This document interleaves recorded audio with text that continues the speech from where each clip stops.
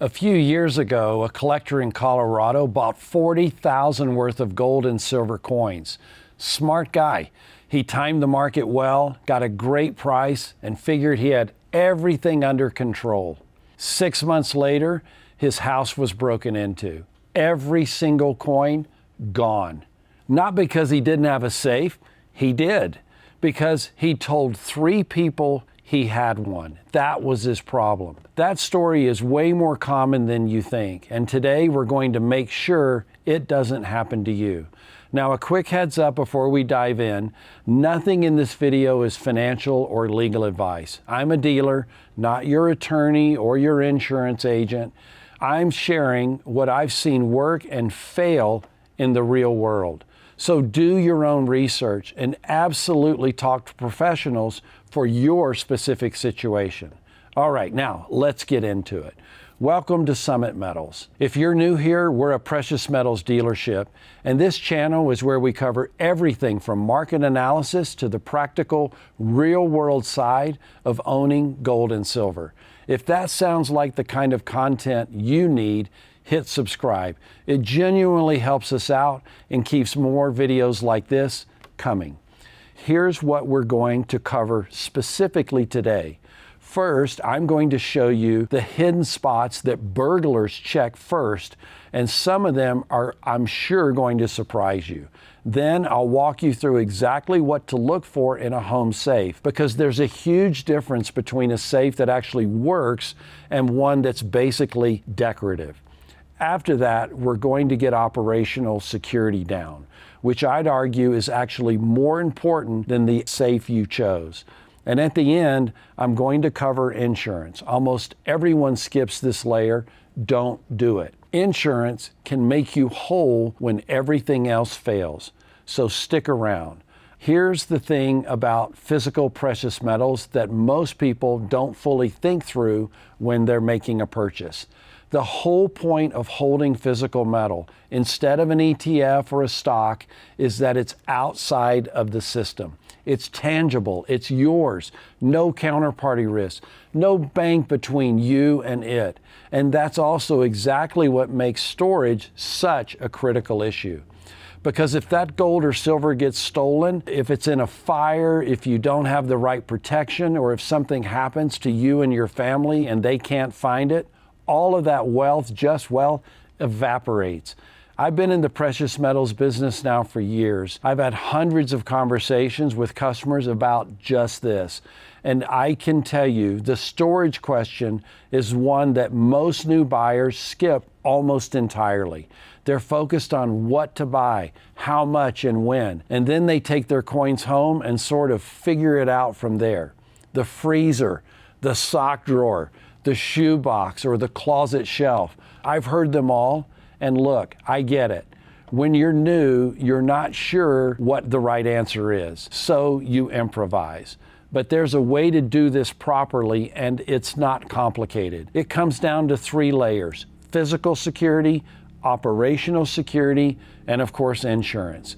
Get those 3 things right, and your stack is genuinely protected. Miss one, and you're exposed in ways most people don't see coming.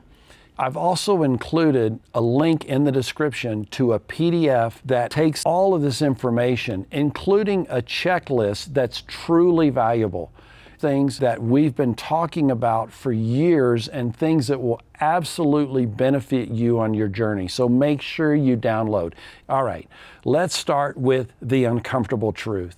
There's actual research on where burglars go in a home robbery, and the results are pretty specific. Number 1, the master bedroom. Almost every time. Why? Because that's where people keep what they value most: jewelry, cash, passports, and yes, they're precious metals. Burglars aren't wandering around aimlessly. They're working fast. They know the clock is ticking, and they go straight to the highest priority targets. After the master bedroom, it's the home office, filing cabinets, desk drawers, anywhere you'd keep your financial documents. And then the living room, entertainment centers, bookshelves, behind picture frames. Classic, I hid it somewhere in their spots.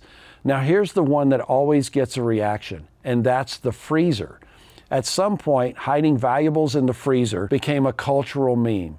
Wrap it in tinfoil, stash it behind the frozen peas. There are entire Reddit threads about just that, which means, yeah, burglars know about it too. The freezer is on the checklist. Same deal with the sock drawer. Same with the shoe box on the top shelf. Same with fake electrical outlet covers. Those are sold openly on Amazon, which means anyone can look up what they look like and recognize them immediately. The point is that if it's a common hiding spot, if it came up in a Google search for where to hide valuables at home, a motivated person may already know about it. And here's where I want you to be truly careful, because some people hear this and think the solution is to get more creative, find a more obscure spot. And honestly, that's a trap, not just for security reasons, for a couple of other reasons that I think are actually more important. Fire doesn't care how clever your hiding spot is. Your gold coins wrapped in a sock inside a shoebox aren't surviving 1200 degrees. And think about the scenario nobody likes to talk about. What happens if something happens to you? If your metals are stashed in some obscure corner, your family might not find them for years or ever. I've heard real stories of estate sales where coins were found sewn into furniture cushions. The family had no idea that wealth existed. A proper safe in a known location with a documented combination with your estate plan pointing to it solves all three problems at once: theft, fire, and clarity for the people you love. And that's what we're talking about next. All right, let's talk about safes. This is where there's a ton of noise and a lot of marketing language that doesn't necessarily mean what people think it means. First thing I want you to be honest about: the safes you see at Home Depot, Costco, on Amazon for a few $100, most of those are called RCS, residential security containers. They'll stop a smash and grab. They're fine for keeping a handgun away from your kids, but a motivated person with basic tools can get into most RFC rated safes in under just 10 minutes. There are YouTube videos demonstrating this in real time. It's uncomfortable to watch if you've got one of those in your house right now. So what actually matters? Number one, weight. A 30-pound safe is a carry-out safe. Someone can put it on a hand truck, walk it to a vehicle, and open it at their leisure. The heavier the safe, the harder that move becomes. 400, 500 pounds is a meaningful deterrent. Not impossible, but meaningfully harder to remove in a hurry. Anchoring. This is just as important as weight, and it's often ignored. A safe that's bolted through the floor onto concrete or anchored into a structural wall is dramatically harder to remove than one sitting in a corner. Most quality safes have pre-drilled anchor points. Use them. If you're not anchoring your safe, you're leaving a major variable unaddressed. Let's talk now about fire rating. This is separate from burglary protection, and people mix them up constantly. A fire-rated safe keeps the internal temperature below a specific threshold for a specific duration, usually 30 or 60 minutes at, say, 1200 degrees Fahrenheit. For metal coins and bars, you want at least a 1-hour rating. If you're also storing paper documents, look for safes rated specifically for paper. Paper ignites at a lower temperature than most fire ratings are designed around. If you want certified burglary resistance, the kind rated by Underwriter Laboratories, look for TL15 or TL30. They even have TL60 safes. The TL30 means trained professionals with power tools could not gain entry in 30 minutes.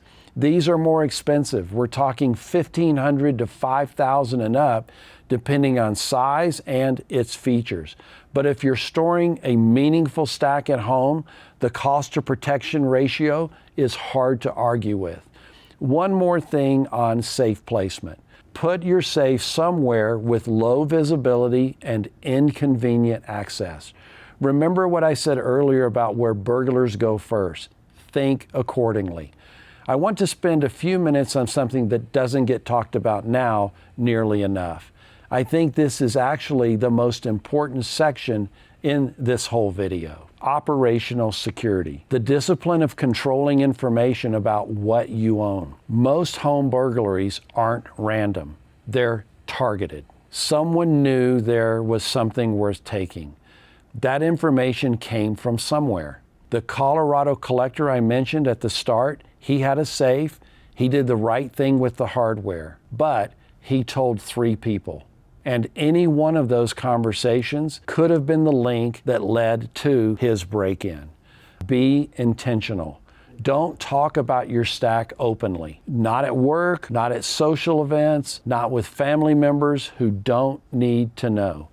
I've seen collectors post photos of their full coin collections on Instagram and Facebook, laid out beautifully, clearly labeled, proud of what they've accumulated. I've genuinely understood the impulse. I too feel it. But those posts just told everyone in your network and everyone in their network exactly what's sitting in your house. Be thoughtful about documentation trails as well. Physical receipts left visible in your home, emails in an easily accessed account. These are all information assets. Organize them, keep them private. Consider digital backups stored off-site. And here's one that people really overlook: the combination to your safe. Who else knows it? Is it written somewhere accessible? Is it connected to a date someone could guess, like your birthday, your anniversary, or even your address? These details matter more than people realize. The metals are the asset, but information about the metals is almost as valuable to the wrong person. Treat it accordingly. Last layer, and the one I see skip most consistently, and that, of course, is insurance. Here's something that genuinely surprises most people when they first hear it. Your standard homeowners or renters insurance policy almost certainly does not fully cover your precious metals. Most standard policies have a sublimit, a hard cap, specifically for precious metals and coins. We're talking typically somewhere around $200 to just $500. Some policies will top out at $1,000. If you've got $10,000 in silver or $20,000 in gold or significantly more, you are effectively uninsured for the vast majority of your metals. Now, the fix isn't complicated, but you have to know how to ask for it. So here's a couple of solutions. Options 1, a scheduled personal property endorsement, sometimes called a rider or a floater depending on the insurer. You contact your insurance company, declare what you have, and they add it to your policy at an agreed upon value. Your premium will go up, usually modestly, but your coverage goes up with it. This is the most accessible solution for most people. Option 2, a standalone precious metals insurance policy through a specialty insurance provider. Companies that focus specifically on collectibles, jewelry, and precious metals. Coverage through these providers can include theft, fire, and something I want you to look up, mysterious disappearance. That's an actual insurance term. It means the item is gone and you can't prove exactly how it left. Some standard policies exclude this. If you're holding a meaningful amount of metal at home, please look into this today. Not eventually, do it today. Call your insurance agent this week and ask one specific question.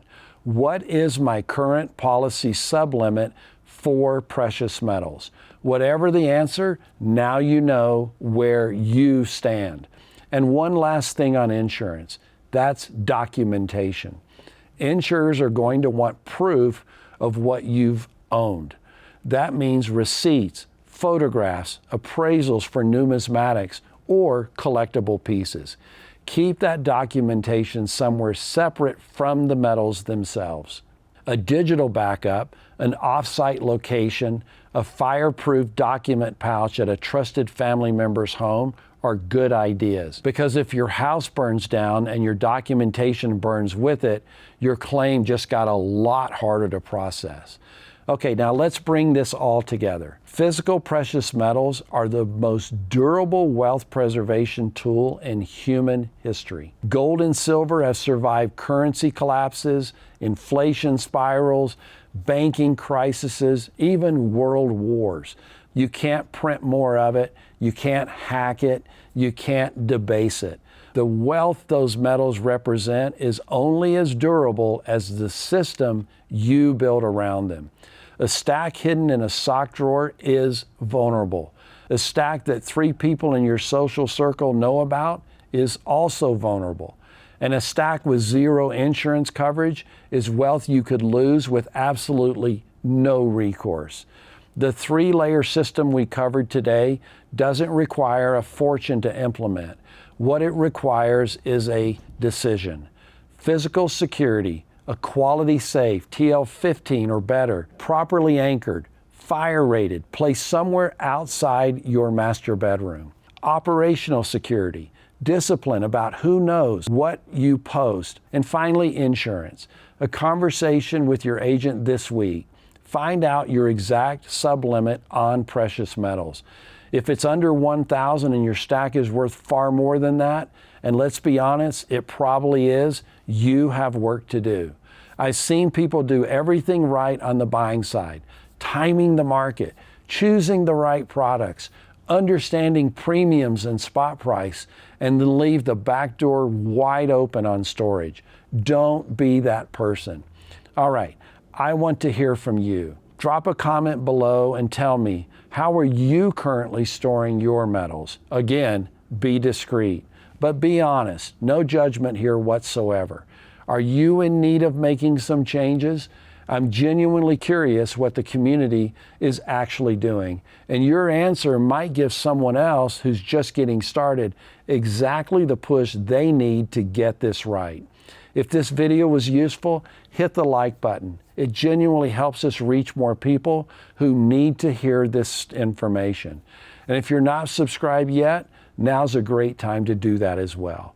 We put out weekly content covering everything from market analysis to practical guides like this one.